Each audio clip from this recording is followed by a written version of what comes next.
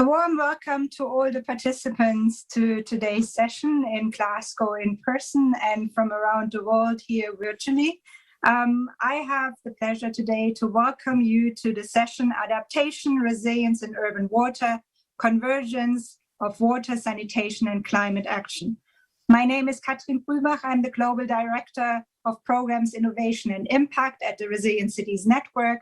We are co-hosting this session together with the Gesellschaft für internationale Zusammenarbeit and Arup.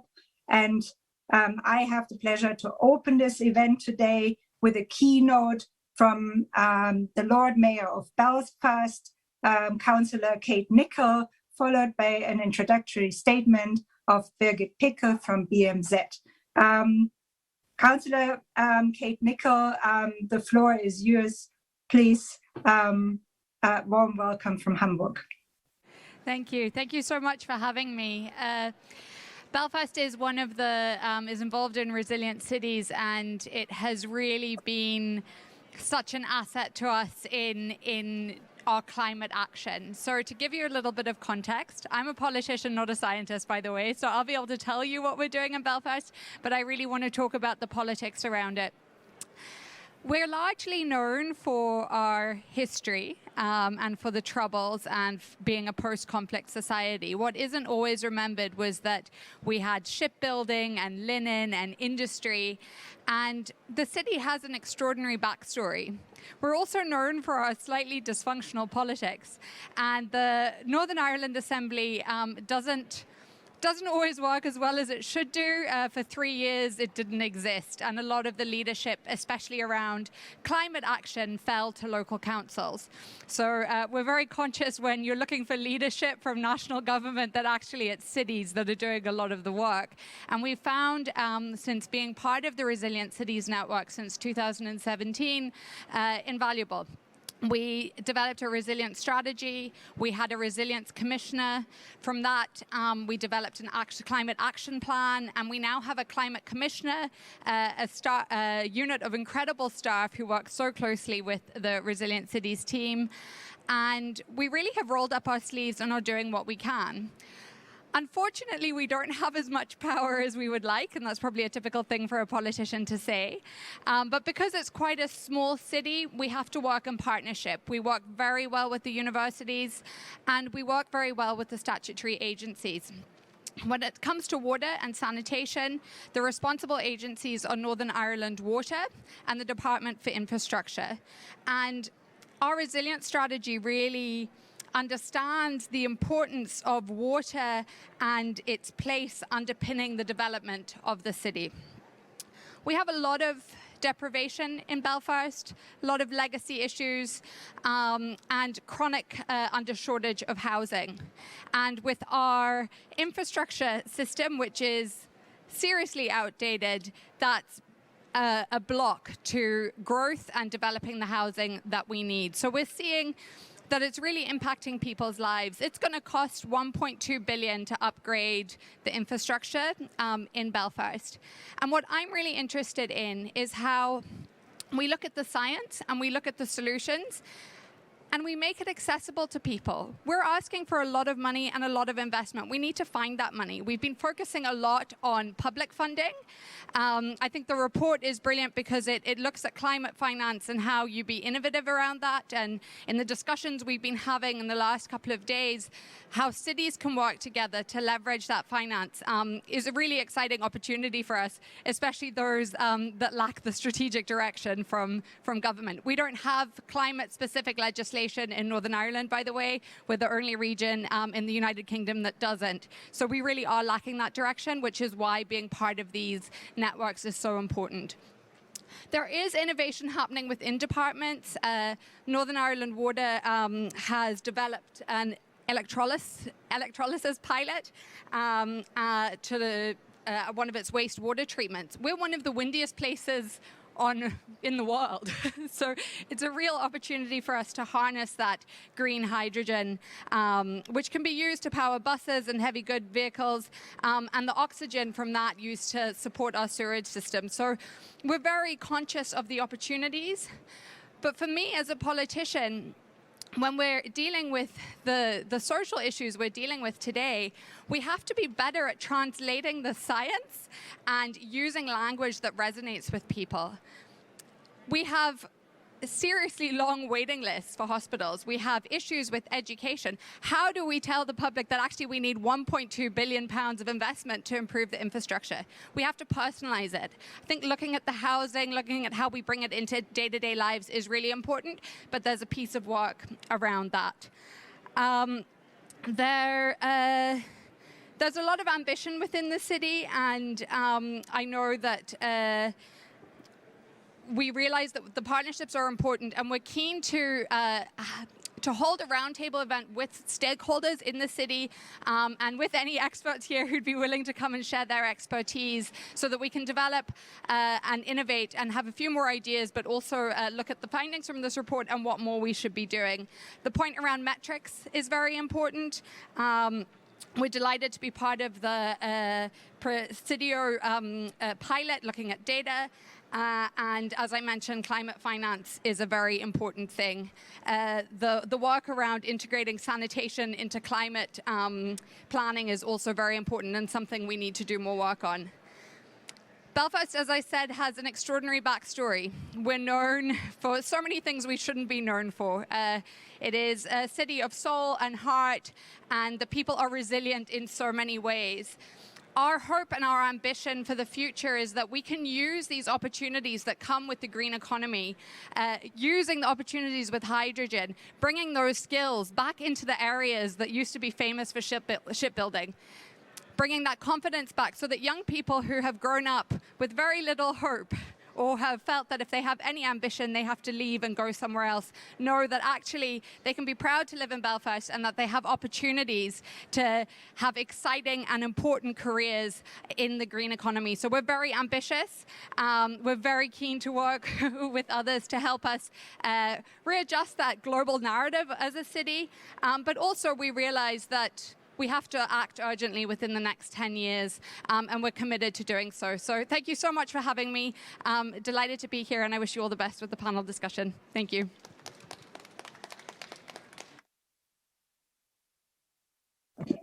Thank you, Lord Mayor, for these inspiring first words. I would like to hand over to Birgit Pickel to give an introductory statement. Birgit is from the German Federal Ministry of Economic Cooperation and Development, and she is the Director for Global Health Pandemic Prevention and One Health. Birgit, the floor is yours. Thank you. Thank you very much, Katrin, and thanks to the Lord Mayor for setting the scene so nicely for this session today, and so concretely also from a socioeconomic perspective of a municipality. I think that's great. And as she already started saying, current times are really testing us in many ways. Now, from the broader perspective, a changing climate and also the current COVID-19 pandemic are amongst the current biggest challenges that we are facing. And these challenges are demonstrating the essential need to consider the interlinkages between health, the environment, and human activity. Almost reaching day zero in Cape Town in 2018 or in Chennai in 2019, it has been a wake-up call for many of us. We strongly notice the increasing effects of our changing climate, particularly through water. This is underlined by the recently published report of the WMO, which demonstrates the drastic need for climate adaptation actions. However, so far little consideration has been given to the severe effects of climate change on sanitation systems in the overall debate on water. These must not be overlooked, these effects. For example, in Cape Town, sanitation infrastructure almost failed and collapsed as it had not been designed to cope with the extreme drought conditions following from climate change. Over the last days, the water community here at the Water Pavilion raised a unified voice to highlight the role of water in meeting the Paris Agreement's goals here at the COP26. Now is the time to recognize sanitation's fundamental role as well, not only with regards to human health and sustainable development, but also as part of a very ambitious climate action agenda. Commissioned by the German Federal Ministry for Economic Cooperation and Development, BMZ, already mentioned earlier by Katrin, GIZ and the Resilient Cities Network published a study recently this year in June on climate resilient urban sanitation. This study gives us a very strong basis and evidence to discuss how we can accelerate the convergence of sanitation and climate action. We need to invest in resilient infrastructure, and we've just heard about the cost from the Lord Mayor, and service provision. Continued investment in non-resilient infrastructure investments puts past and future investment at risk in the long run, and we must change this. In German cooperation, water is the sector that contributes most to adaptation, receiving almost 18% or 250 million euros of our bilateral adaptation finance just in 2020. In Lusaka, for example, we support partners in coping with the effects that recurrent flooding has on sanitation infrastructure and service provision of 2.4 million citizens. BMZ also just committed at this COP an extra 100 million euros to the just least developed countries fund. This fund paves the way for investments in resilient low-carbon sanitation systems, amongst others, that can withstand, recover from, and adapt to an uncertain future. Such targeted investments can be a crucial driver in combating climate change on a global scale. At the same time, they are also key to create a sustainable economy around sanitation services, as well as safeguard public health.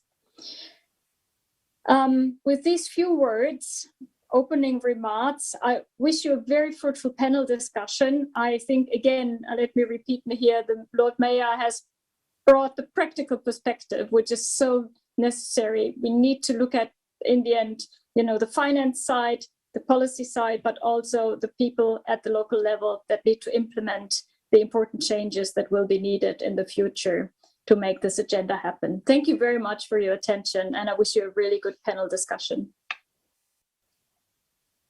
Thank you so much, Birgit, for the introductory statement. So let me move to our esteemed participants at the Water Pavilion in Glasgow. Welcome today.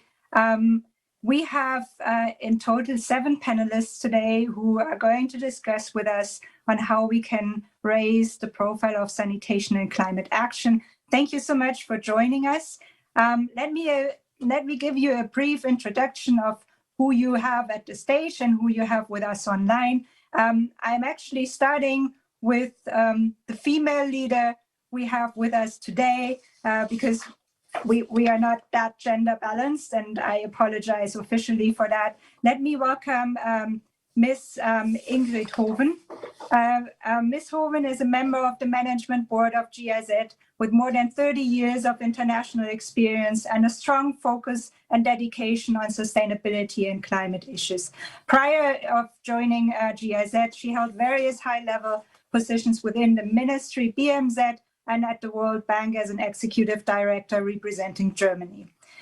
Ms. Hoven is joined today by 2 of our cities who have been working with us on sanitation and climate, and specifically on urban resilience. And I'm very, very grateful to welcome the Commissioner of Surat, Mr. Banchanidi Pani.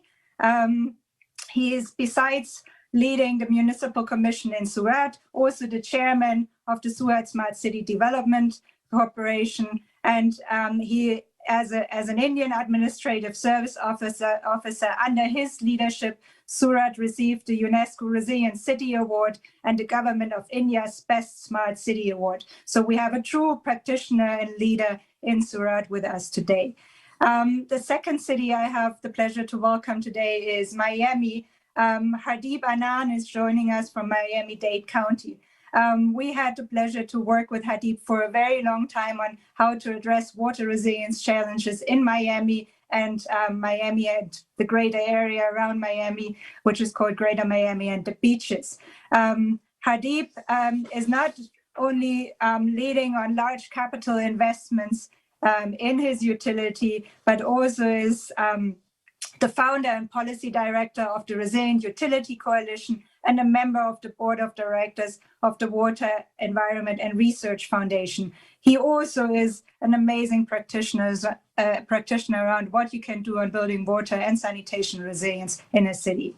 And finally, I have the honor to welcome a person who I had the chance to work with like nearly 20 years ago. Mr. Oswald Chandler is joining us from the African Development Bank. He's the acting director for water development and sanitation at the African Development Bank, where he oversees water and sanitation lending programs for both public and private operations. He served on the World Water Council Governing Board and other global and regional boards to find sustainable solutions to Africa's water and sanitation challenges. In addition to a financing expert, I also have the pleasure to welcome Ani Dasgupta, the president and CEO of the World Resources Institute, an institution who has been partnering with us for a while now. Ani, very much welcome to the conversation today. Ani is widely recognized as a leader in the areas of sustainable cities, urban design, and poverty alleviation, and developed this expertise in a variety of positions from nonprofit organizations in India to the World Bank, where he developed the bank's first knowledge strategy.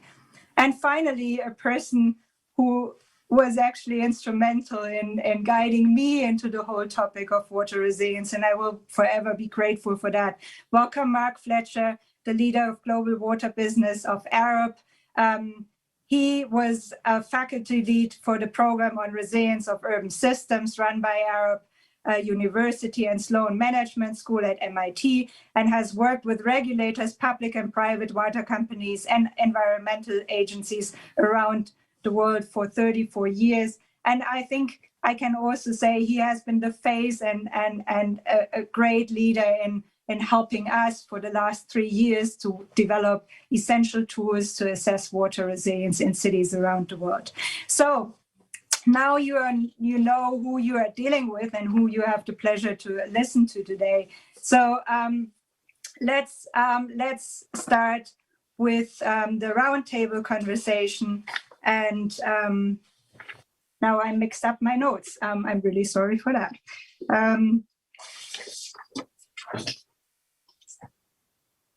Yeah, anyway, so I guess there's no doubt that all of us, including cities, including national governments, including non-for-profit organizations, city networks, whoever you want to name, have to have not only an option or an opportunity, but we have a responsibility to ramp up climate ambition, and that we have to look at solutions and develop solutions that will allow us to make progress on achieving our climate goals and our sustainable development goals at the same time.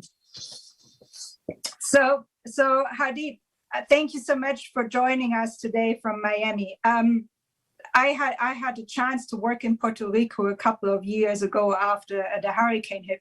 When we look at the statistics, like for example, when Hurricane Harvey hit Texas in 2017, 14 wastewater treatment plants were damaged by floodwaters, and literally raw sewage leaked into the ocean, into the environment for weeks. And everybody is talking about this smelly public health nightmare. And looking at that, we are aware that that could become a commonplace. Miami is literally surrounded by water. You are facing your sunny floods. You are at the risk that a lot of your wastewater treatment plants inundate in the next coming years. And looking at the whole coast in North America, we are living at the risk that about 30 million people will be without wastewater treatment in the years to come. So we would really like to hear from you a little bit more about Miami sanitation-related challenges and how they intersect with the effects of climate change in your city. The floor is yours. Thank you, Katrine, and good morning, good afternoon, everyone from whoever's joining us from around the globe, I guess. That's a loaded question, Katrine, obviously, but I'm pleased to say that, as we all know, Miami is ground zero from a standpoint of climate change. We are inundated with stormwater, rising seas, tidal fluctuations, and our 3 wastewater treatment plants totaling a capacity of about 300 million gallons a day are probably stone throws distance from the oceans. And so you're absolutely right from that standpoint. About 7,000 miles of linear assets that manage our wastewater systems, and the same goes with our water systems. So, I'd like to preface that question a little bit that there's this nexus between water and wastewater, right? And we'll talk a little bit more about the One Water strategy that we're approaching here in Miami-Dade. As a matter of fact, I was recently appointed by the mayor to lead up that strategy, purely and solely from a standpoint of looking at the nexus from a watershed standpoint, rather than just looking at it from individual domains that we have to do what we have to do with our wastewater treatment plants. Now, to specifically answer your question, what we are doing right now is, first of all, there are very significant investments being made in our existing systems as we go, because as you know, wastewater treatment plants have a planning horizon for about 100 years. And we don't take that lightly, because we've got to make sure that we put our best foot forward. And so there's about $7 to $8 billion that we are collectively investing over the next 10 years in our water and wastewater systems, in our pump stations, in our linear assets. But specifically at the treatment plants, we are doing a few things. We are making sure that we are first and foremost hardening our assets to the impacts of climate change. So we've gone about doing some very targeted risk-based assessments and condition assessments of our assets, identifying where those vulnerable assets are existing, and then trying to starting to harden them. At the same time, we have to harmonize the assets, because you cannot have assets within the footprint of a treatment plant at different elevations. In the event of a storm or a hurricane that hits us, we need to make sure that we're also harmonizing our assets. So the long-term strategy, I guess, is a couple. Now, there's another challenge we face. We also have about 120,000 odd septic tanks in the city, right? So we are very actively actually prioritizing those septic tanks to make sure that we get those septic tanks that are most vulnerable, like closest to the coastline, so we get them onto the wastewater system, the treatment plant systems. We're evaluating decentralized technologies because, you're only as resilient as the weakest link in the chain, as they say. And if you have 1 or 2 or 3 treatment plants, and God forbid, if you have a direct hit, you want to be able to make sure that you have some resiliency systems built into it. So that's an equation on the table. And then finally, we do have, we are in the process of, acquiring a significant amount of land on the western side of the county. And somewhere along the line, I think that will become a pertinent question or a discussion on when are we going to then start peeling flows from the east side of the county and beginning to move to the west side of the county. At the moment, it's not an active consideration. We are actively actually hardening our existing assets and then planning for the long term, which is the 100-year horizon.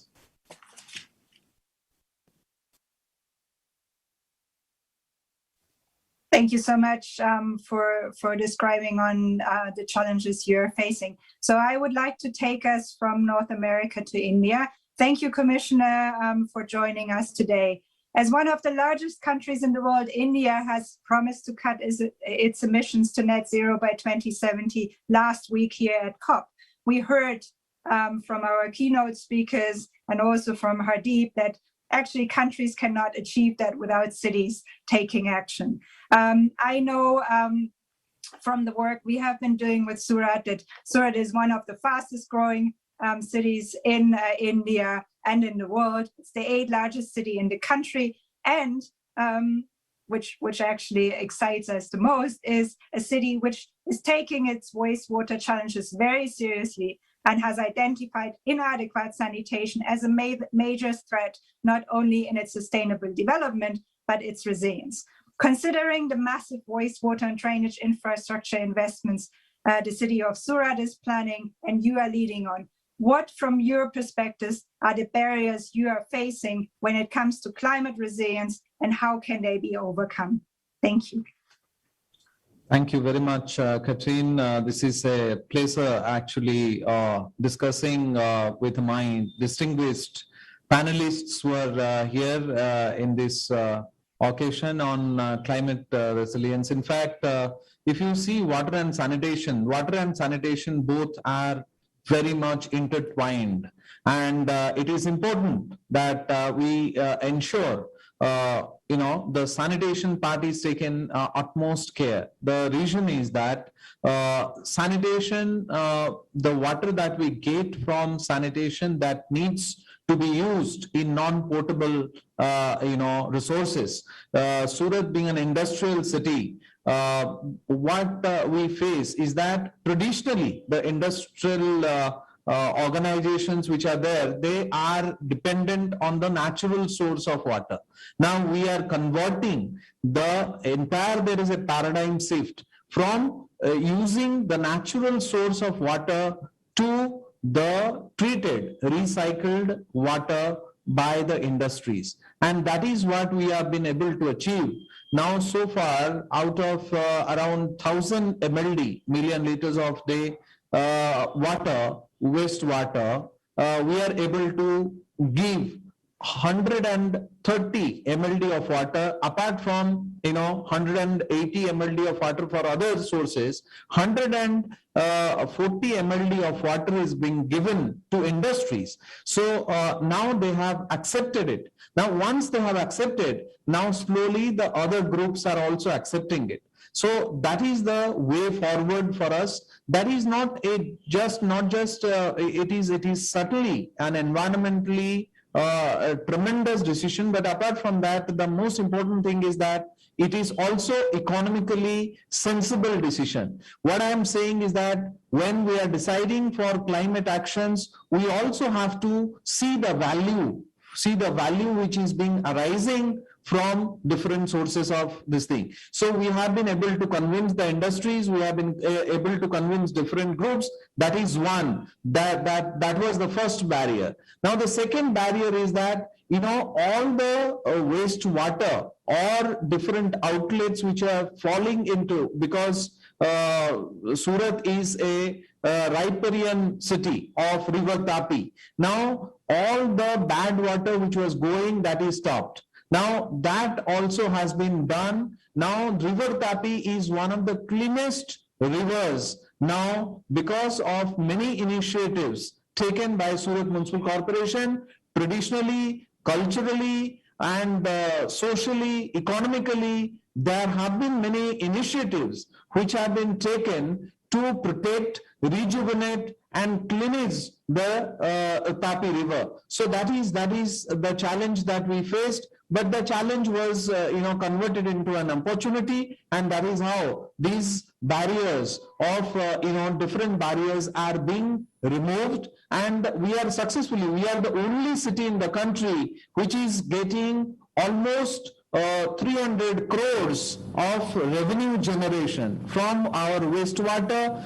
We have 11 secondary treated plants, we have 3 tertiary treated plants. All the recycled water is being reused. Almost 30% of our water, recycled water, is being reused. Now we want to achieve 100% by 2030. Now that is the objective that we have kept. Almost 100% net zero city as far as liquid waste recycling is concerned, and we are moving in a circular economy, not a linear economy as far as wastewater is concerned, and that is the way forward for Surat. I thank you very much for giving me an opportunity to talk about the Surat water and sanitation framework. Thank you. Thank you so much for letting us being part of this exciting journey Surat is embarking on, and telling us more about the amazing results you have achieved and what you are aiming for. Oswald, I would like to come to you. Municipal infrastructure must be designed and delivered to prioritize neglected populations. We know that from working in developing countries around the world. We also need to address the existing backlogs, specifically when it comes to basic services in water and sanitation. We need to minimize the carbon lock-in and anticipate future risks when we start thinking about infrastructure and the infrastructure gap. Capital investments need to meet the SDG targets, and we have heard about the importance between climate action and achieving sustainable development for the future generations. So if we are looking at the investments at the moment and what needs to be invested, we see that even in water and sanitation, to just meet the SDGs, we need to have 3 times more money than what is being put in. So climate finance in the conversation around sanitation and achieving and mitigating and adapting to climate change is an important discussion to address investment needs. How can the African Development Bank facilitate opportunities for urban sanitation-related climate financing and prepare and implement urban sanitation projects that maximize not only equitable access to sanitation, but focus directly on resilient and low emission systems? Thank you so much for joining us today. Thank you very much for that great question. And indeed, there is quite a lot that multilateral development banks like the African Development Bank can do to facilitate climate financing that brings about resilience in urban sanitation. I think one of the biggest advantages of multilateral development banks, particularly regional-based multilateral development banks, is their convening power. You know, they are able to mobilize resources, they are able to mobilize climate financing. We all know that it's not the easiest accessing climate financing. You know, you need a certain capacity, certain numbers of experts to help the clients, the member countries, to access these resources. And banks like the African Development Bank can facilitate and provide for mobilizing those resources. The African Development Bank can also, in this particular case, can provide a framework, you know, a framework where you have the instruments for these resources to be used in the preparatory work, in the implementation, as well as in engaging in partnerships. It's multilateral development banks, particularly regional multilateral development banks, are in a very advantaged position in that you can engage with the private sector, you can engage with civil society, you can engage with governments. And so it's a great convening point, particularly when you are tackling a problem that affects and touches all the aspects of a community. And we see that private sector participation, particularly in sanitation, when we look at it as a circular economy, it makes it a whole lot attractive than has been the case before. I think one of the speakers has indicated to this. And the multilateral development banks are in an advantaged position to sell this to the governments, to sell this in the countries where they're operating, where we are lending out these resources or giving grants so that they adopt technologies that help in building resilience, that bring about climate smart approaches in addressing the problem. Another area that multilateral development banks can bring about or help facilitate is the question of knowledge. You know, knowledge management, you know, capturing of knowledge and sharing of this knowledge. You know, events like this are good for sharing information, but this information needs to go out to the clients, to the users, and MDBs are in a very good position to sell and take this information out to the member countries. The last point that I would like to bring out, particularly in terms of urban sanitation, if sewage is not properly handled, it can be a serious contributor to ozone depletion because you get methane generation in sewerage treatment plants, particularly if anaerobic treatment facilities are used. And this needs to be carefully handled, needs to be carefully addressed, and bringing about the knowledge, bringing about the technologies that is going to help, instead of the methane being a waste, being a distraction to the ozone layer, contributing to the greenhouse effects, it could be used as a resource. There's a circular economy that we are talking about. It could be a source of energy to help change the narrative in the lives of the users. And so multilateral development banks are in a position where they can bring about this transformation so that there is effectiveness and impact in the resources that are being mobilized. Because we're not just bringing resources for the sake of lending out, but we're bringing financing with knowledge. We're bringing financing with capacity development of the institutions that are implementing these interventions, so that we are building resilience, we are building climate change adaptability in the member countries. Thank you.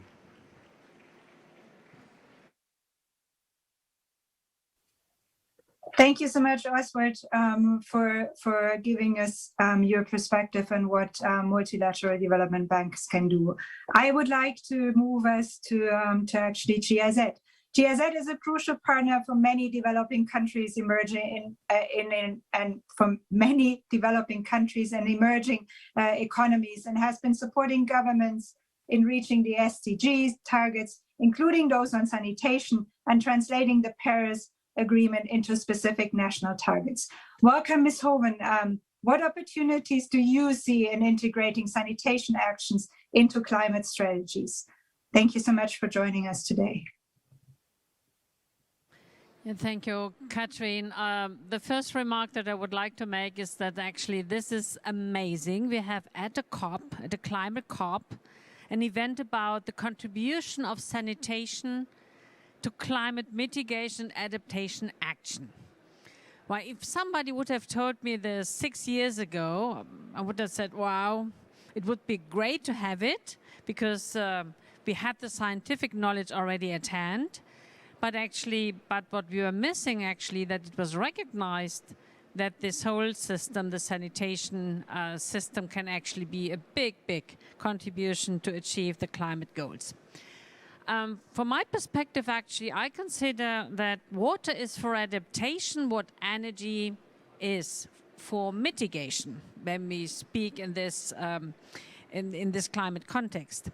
But I think what has been really overlooked over the past couple of years is that sanitation systems actually are at the heart of both and can contribute, of course, to the adaptation agenda, make cities more resilient, save livelihoods, and provide contributions to human hygiene and health.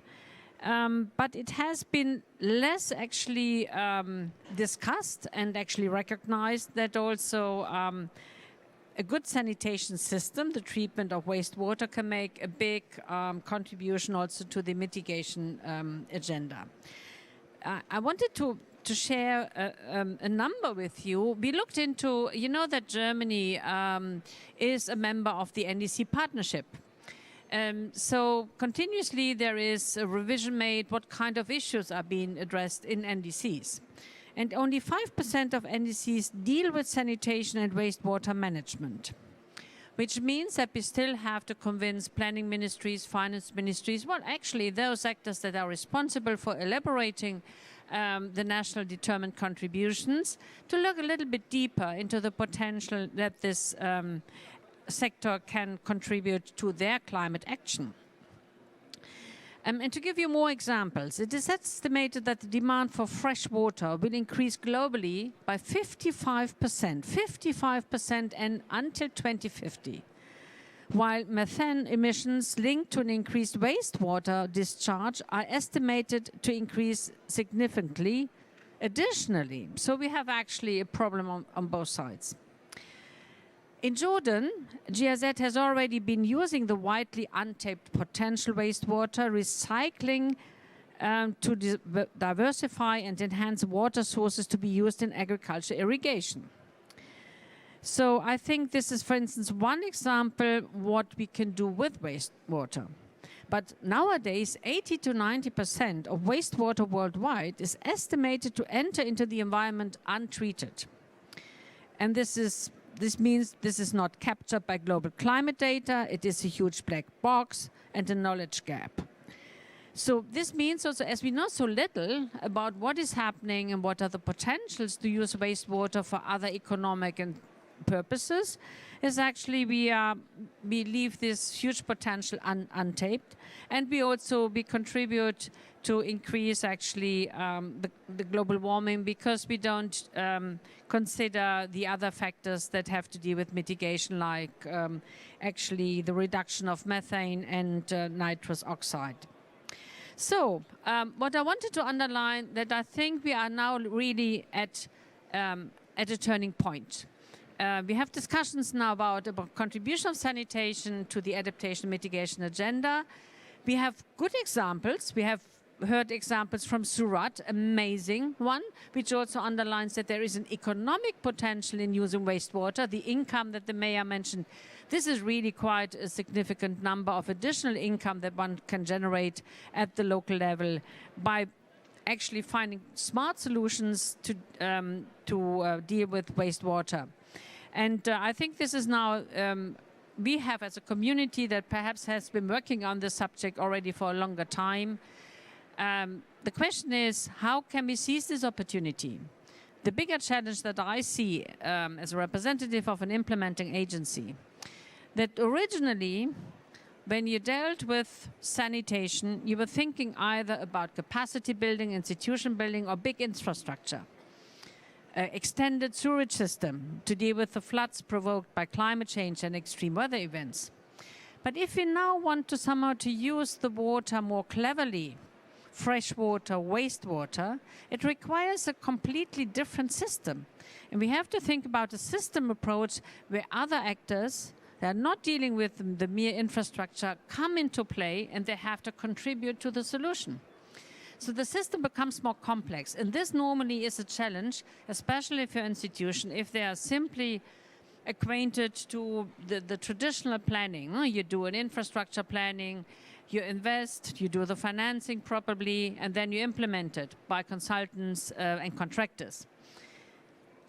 A climate smart solution in sanitation requires more. This is much more human-centered. You have to bring different players into the planning process, and you have to make sure that the contribution of this, so to say, transformed system is actually also being recognized and acknowledged by other actually departments at the city level. And I think this is a big challenge, but the more we actually push into the direction, the more we can seize of this huge climate action opportunity that lies within sanitation. Thank you. Thank you so much, Ms. Hoven, for these inspiring words. And I think there are two things I would like to take up from what I've heard. So we need transformation in systems, and we need a human-centered approach. Annie, we are nearing the end of COP26. We have a few more days to go, and we cannot stress enough that cities are where the climate battle will be lost or won. WRI's research demonstrates that cities lead to better environmental, that cities can only be successful if we focus on ending inequality in invigorating livelihoods. On the other hand, cities can also lead transformative change. They can lead what Ms. Mohoven just described for people and for the environment. And we have heard from Miami and Surat how they intend to do that. Doesn't this mean that we have to prioritize access to sanitation, not only because it can lead to better environmental and economic outcomes overall, but also because of its potential in enhancing the resilience of communities to respond to future shocks and stresses? Thank you so much for joining us today. Thanks, Katrine. Thanks. This is a fantastic panel to be part of. We heard from Miami before, Indore. The world's best expert on the topic is sitting next to me, so it's a scary place. I just want to say one thing that Ingrid said. It's great that we're talking about resilience in the water pavilion. I think exactly what you said, Ingrid. Water is the wedge issue on resilience and adaptation. It is, what did you say? It's the energy. It's the energy topic of mitigation. So I'm so glad we're talking about it. Look, I just want to share 3 points of evidence on this discussion, and then you can make up what to do with it. One is just the fact of coverage, people who have sanitation and water. So most of the data we use these days, and we've been using for a while, comes from UN data. And we actually looked at it, says 87 or 90, I forget what percent of people in the world have water access, and 70-some% of people have sanitation access. When water access basically means that, if there's a standpipe in a distance you can walk to. So we were very interested to know what kind of water and sanitation access the people actually have. So we went to 15 cities the last few years and measured not that they have water, what water are they drinking? Or what sanitation do they actually have? And what's happening to the waste after how it's getting disposed? What is the environmental effect? And then what we found simply is that the access is actually much worse than what we know. Like people are paying 52 times the neighbors are paying for piped water. The water they get from tanker is polluted. So I just want to point out, we are talking about this. The access issue remains a very, very significant issue still for all of us to think about how people actually get water and sanitation. On top of that, if you talk about what's happened with climate and the impacts that's happening, this is my second point on why we are talking about adaptation, is there's actually evidence shows the lack of water for cities is going to be real. In Africa only, the water demand from cities will be 4 times what it was in 2005. At the same time, cities are growing. If you drew a map of Africa where water scarcity is, and a map of cities where cities are going to grow, unfortunately for all of us and all the people who live in these cities, it's actually overlap. So there'll be less quantity of water. So Katrine's point of transformational change. So what happens? What does adaptation mean when there is less water or too much water, meaning flooding? It's not the rich people are in problem. Rich people go buy water and they're fine. It's the poor. When anything happens, with adaptation is a problem of scarcity. Scarcity of water, scarcity of sanitation, scarcity of land to live in, scarcity of a sanitation system that works or not. And whenever there is scarcity, poor people actually get worse off. There's overwhelming evidence of that. So it's not when there's no electricity, it's not the rich people don't have electricity. It's actually the poor people. So it is a very unequal problem, what we're talking about. And if we don't take a poor community-centric view of solving this, we'll never get to the solution we want. There's 1 billion people in the world today who live in slum-like condition out of 3.5 billion people who live. We need to solve this problem, Mark, I hope you support me when you speak, a mind shift change of how we think about water and sanitation and water resource. When there's scarcity of water, there's less water available, and cities in the world think their job is to distribute water, not about where the water comes from. So people who manage water and people who distribute water actually need to work together. This is the biggest mind shift that needs to happen, and Katrine and I, all of us are working together. Without the shift of how we think about this, we will never solve, we'll be solving the problem in the margin. My third point is actually on sanitation. We all know it's important for health. We all talked about it. I want to talk about the sanitation as an actual resource that's been completely undervalued, underused. There are 3 reasons for this. One, there is evidence that sanitation can be really used for energy outcomes, all kind of positive things, including a lot can be done with sanitation in fertilization, but also when you have scarcity of water, you need to reuse that. So it's the cyclical nature of water cycles is critical important. The last thing I want to say is that sanitation, if you don't manage it, it actually pollutes, as it has happened where I come from, all over India. I came from Delhi. There's not a single water source anywhere near Delhi that is actually not completely polluted.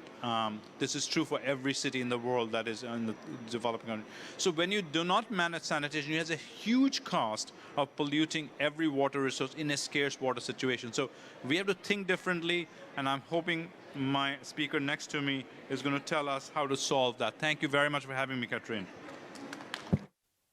Thank you so much, Annie. And I guess, Mark, there's a lot of pressure on you. So you have been leading in the resilience space. We know that. So what are we going to do? What are the innovative approaches to tackle all these issues we heard, and how can we leverage sanitation for climate action? Let us know. Your wisdom, the floor is yours. Thank you, and thank you, my fellow speakers, for teeing me up. really fundamental that sanitation is in the spotlight. It's part of a sustainable future. Investment in sanitation addresses 130 of 169 sustainable development targets with synergy across all the goals. So it absolutely should be front and centre. The reality is, though, that there are process emissions associated with sanitation that we have to address. And as a result of our collaboration through the Water Pavilion, we announced last week a task force for Global North and Global South to work on reducing process emissions last Thursday at the Water Pavilion Plus event. So we're on to the emissions side. What I really liked about what Oswald was saying and Bridget was this whole concept of circular economy. And sometimes you need something disruptive to sort of trigger new ideas and fresh ideas or gain impetus to ideas. And whilst we've been at COP26 last week, we were at the Earthshot Prize meeting the winners, meeting the finalists, looking at ideas like Synergy, where they're looking at combining sewage waste with organic and food waste. They're looking at using that to effectively compost using black soldier fly larvae. So there's innovative ways that we can start to look in a much more circular way at what we previously saw as a waste, to come up with far more sustainable futures, far more sustainable solutions going forwards. The other interesting thing to consider is where we have sanitation centralized or decentralized when we're facing an uncertain future and climate extremes, because sometimes a decentralized system is far more resilient and can be more robust. So just some thoughts to think about. I would like to bring us back to Northern Ireland, because we've been working on the hydrogen at Belfast Wastewater Treatment Works to power the buses. But another important thing is we've worked on restoration of the Cons water, the river, improving the flood risk. And that's involved building bridges across communities. And I think sometimes the work that we do in water and sanitation can build bridges across communities. And if we can do it in Northern Ireland, I think we can do it pretty much anywhere. And if we've got the people who are on this panel and who are remotely connected, supporting each other in the way that we are, and the way we're connected through the pavilion, you know, the future can only be sustainable and resilient and positive. So thanks for giving us the opportunity to share our ideas and work together. Thank you. Thank you so much, Mark, and thank you so much for each and every participant to providing us with your views. I would like to go back to one comment which Ms. Hoven made when she started her statement, is that I think nobody over the last 10 years and in 10 days, or even like us who have been working around sanitation, have thought that at a certain stage, sanitation and poop could be part of a conversation at COP. Normally, nobody likes to talk about sanitation anywhere because it's a kind of a smelly, dirty thing.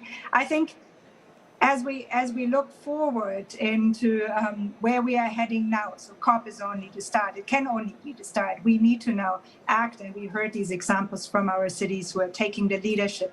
I think I would like to take the opportunity to get two more statements from your side before we have to end this exciting session. And I would really like to stay with you. So what it is, what we can actually give the world from the conversations today. What is it that we need to do next? So what are you going to start working on, Hadib, next week on leading the further way on sanitation, resilience, and climate action in Miami? Thank you. Next week, actually, right this moment, right, I think a few things. One is, I think, the awareness in the water cycle. We've all talked about it, right, from the drop of water till the till it's it goes to the full cycle. Because if you have sanitation problems and you've got flooding and stormwater, I'm not just talking of mining, I'm talking in general, it impacts your water bodies. It impacts your water bodies, it's food, it's agriculture, it's life, livelihood, health. There's a whole slew of nexuses that exist there. I think the next part is ideation and community engagement, bringing in academicians, making sure that we are researching and developing and kind of doing things that are very futuristic. Mark talked about being disruptive.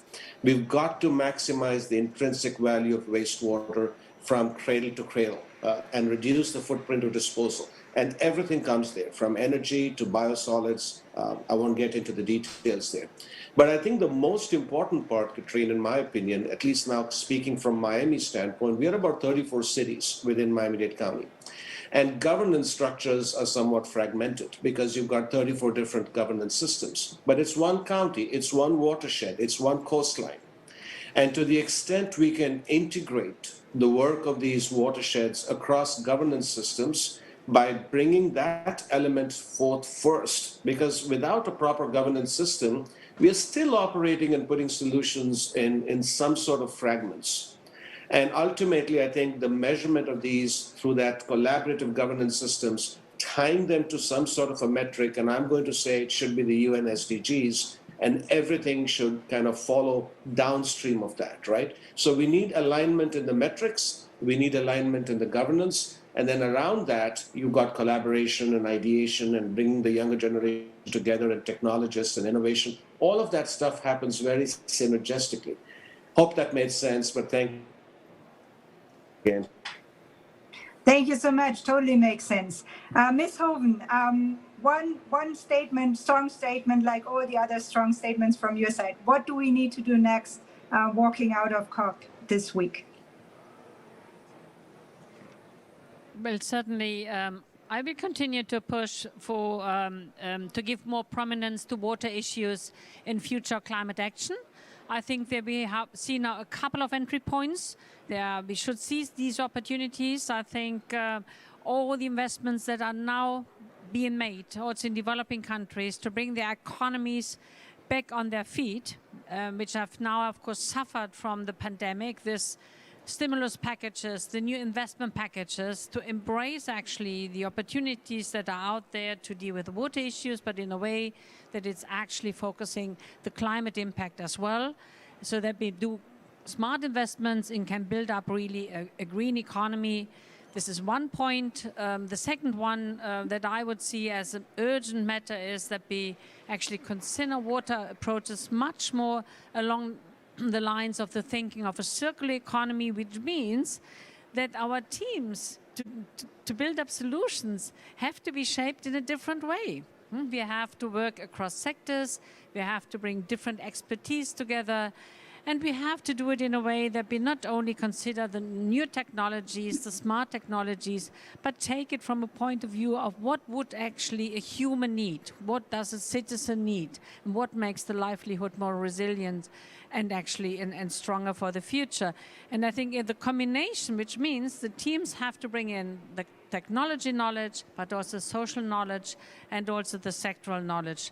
And I think this is something that we can put into practice and to the service to our partners and clients. Thank you so much. Oswald, what is your vision on sanitation and climate action for Africa? Well, let me answer that with a story.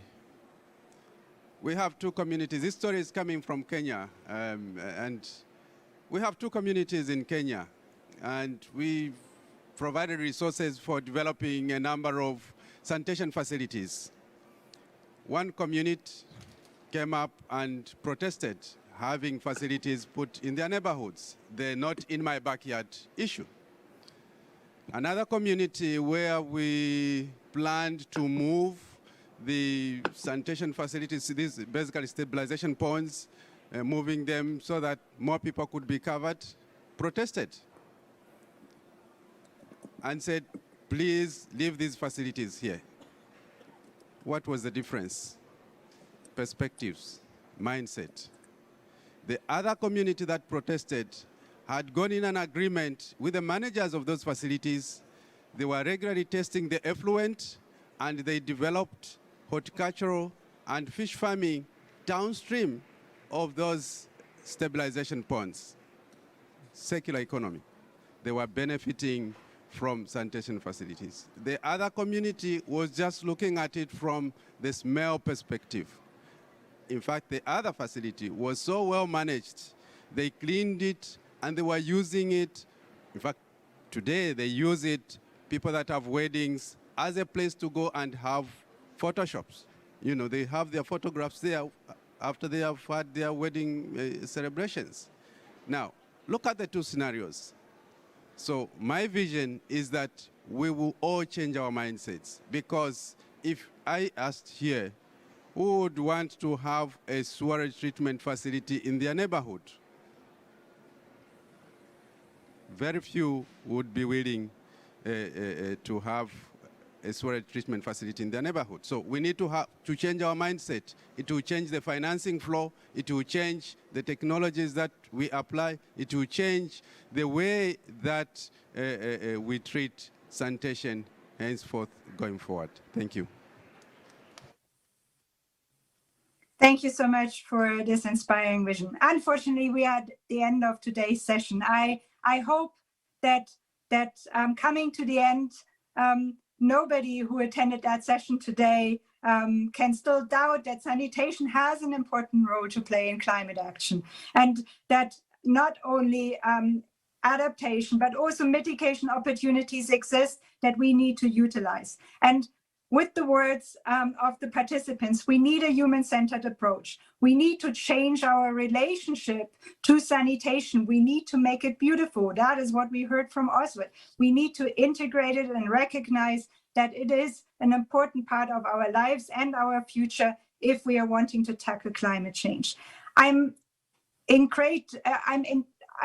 losing even my words. I'm so grateful to all of you who have joined us today to share your opinions, to give us direction. And coming back to what Mark said and what we heard, we need to work together on that. And I hope that today and in the years to come, with the big objective of 2030, we will start this journey on making sanitation an important part of climate action, and that we advance the work we started together in many cities around the world. Thank you so much for joining us today. I wish you a wonderful day in Glasgow. Stay safe and get home safe, and keep your fingers crossed that we will see amazing results latest by Sunday night coming out of this important event. Thank you so much.